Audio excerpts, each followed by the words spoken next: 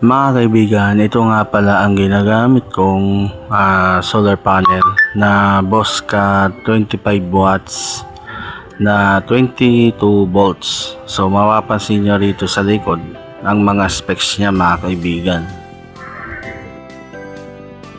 Mga kaibigan, meron ako ipapakita sa inyo na simple hack lang dito sa pagsosolar natin. So, ang ipapakita ko sa inyo mga kaibigan is yung pag-charge ng solar sa 3S na lithium ion na battery. So nandito sa meter ay 12.28, halos mag 12.30. Tapos mga kaibigan, kung mapapansin nyo, nakakabit lang siya, wala siyang converter o anuman. Ayan o, nasa taas yung solar natin. Then ito, rekta lang, meter lang to, ito yun. Ayan, para makita lang natin. Ayan o. So minomonitor ko siya gamit to. Dapat meron akong dito, yung parang voltage meter. Tapos dito, mamamonitor naman din dito, kaso nakatayo nga lang, diba?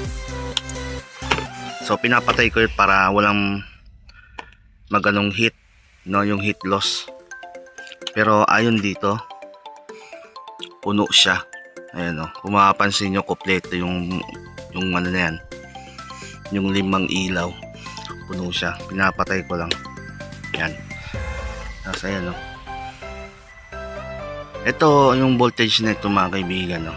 Tatanggalin natin to sana hindi malaglag yung test probe.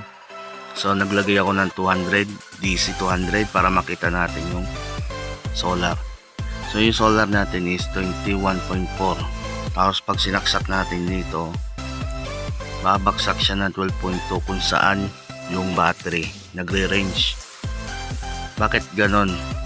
Kung itatanong nyo kung bakit ganon, kasi yung sa solar natin nakarekta lang siya. So hinihigop ng battery yung power ng solar. Kaso kahit magdoble pa ako ng solar mga kaibigan, kasi dalawa yan tapos ito yung pangalawa, ayun sa baba. Kahit magdoble ako ng solar, yung isa kasi ito nasa 20 watts, yung isa naman 25 watts. So magkaiba sila, nagtatalo sila pagdating sa discharging rate, no? So kahit ganon, kahit isa lang isaksak ko, ganon pa rin siya. Ang maximum na voltage kasi na solar mga kaibigan is 22 volts. Tapos ito 12.6 yung max na voltage niya, yung fully charge. Dahil nga lobat to, hinihigop niya yung energy ngayon ng solar. Kasi yung mga solar panel may mga diode yun kaya walang nagpi-feedback pabalik dun. So rekta yan dito. Ayan o.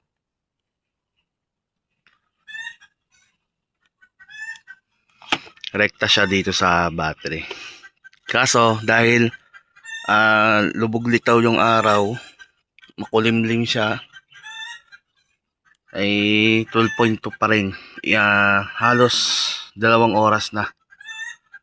So ganyan pa rin siya. Kung misinag lang ng araw, siguro nasa 12.4 na to sa loob ng 2 hours. Kanina kasi 12.1 to 12.1. Tapos ngayon umakyat na siya 12.2, no? So ayan nagliliwanag na Yan, may mga shadow na, no? So sumisikat na ng pakunti-kunti yung araw. Kaya yan, yung kaninang 12.28, ngayon maganda na siya, 12.30. So kung kayo mga kaibigan gagawa ng ganito, ay make sure nyo na mas mababa yung wattage ng solar nyo. Huwag nyo iganito kapag 100 watts yung solar nyo tapos yung battery nyo maliit, mapupuno agad yon. Tapos alam mo yung inrush na inrush voltage, makaka-damage yun ng yung sa internal ng battery, makakasira yun mga kaibigan. Lalo na ang liit-liit lang ng battery mo, tapos i-charge mo ng ganito yung rekta sa 100 watts, ano yun, magkakaroon ng shortage at pwedeng sumabog. So magaganito lang kayo kapag yung battery ay malaki, katulad nito. Ito, ang capacity nito nasa 25 amps. 25 amps ang capacity nito. Tapos 12.6 din to, 3S to eh. So doble-doble lang to. 1, 2, 3. Yan. So malaki to, pwede na siya dito irekta. So dalawang panel na 25 watts tsaka 20 watts, 45 watts. Pwede na yan. Pwede irekta, kaso i-monitor nyo kapag maliwanag yung araw, no? Kapag hindi siya makulimlim. Yan. Na pwede kayong makapag-ganyan mga kaibigan kapag ganyan na nagbabudget tayo.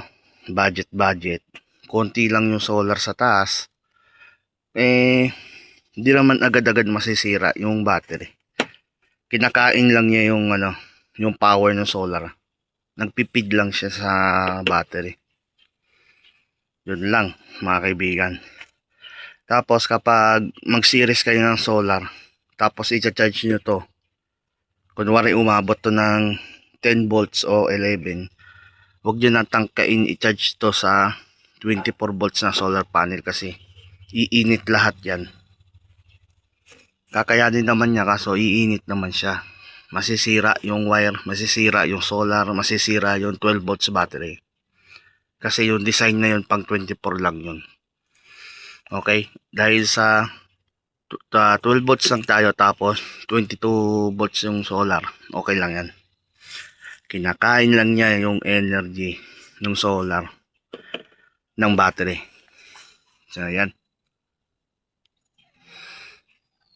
So yun lang ang masishare kong hack sa inyo mga kaibigan, no? Sa mga bateryang ganyan, sa mga homemade na ganito, yan, sa mga mahilig mag-DIY. Ito lang yung simple na hack ngayon, tag-ulan kasi ngayon, at tight yung budget, tight talaga yung budget, no? So ako magdadagdag pa ako ng siguro, may isa na ako mga dalawa muna kasi tag 1,000 siya. So mahal, no? 25 watts na boss ka na solar panel, 1,000 isa. Mahal mga kaibigan. So yun lang, bye bye. Kasi na mga kaibigan, update ko lang kayo ngayon kasi kanina umaraw, ngayon bumalik na naman siya sa pagkakulimlim. Kanina umaraw na, at yung voltage after ng 2 hours more, kasi alas 2 na ng hapon ngayon, 12.3 na siya mga kaibigan. Nag 12.3 na siya, at ito puno pa rin. So dito makikita natin 12.3 na rin doon. So ibig sabihin yung voltage dito at ito nagtutugma. So nakarekta lang tayo at makulimlim. So pag dumadaan si araw, dahil nga ay nagtatalo tong 20 watts at 25 watts, kailangan talaga mga kaibigan, kung 25 watts yung solar panel nyo, 25 watts din yung ipaparallel nyo. Huwag yung ganito 20 tsaka 25, nagtatalo sila dun sa nila, sa power nila, kasi kinukuha lang ng battery. Tsaka kung mapapansin nyo, wala naman nangyaring pagbabago sa battery. Kung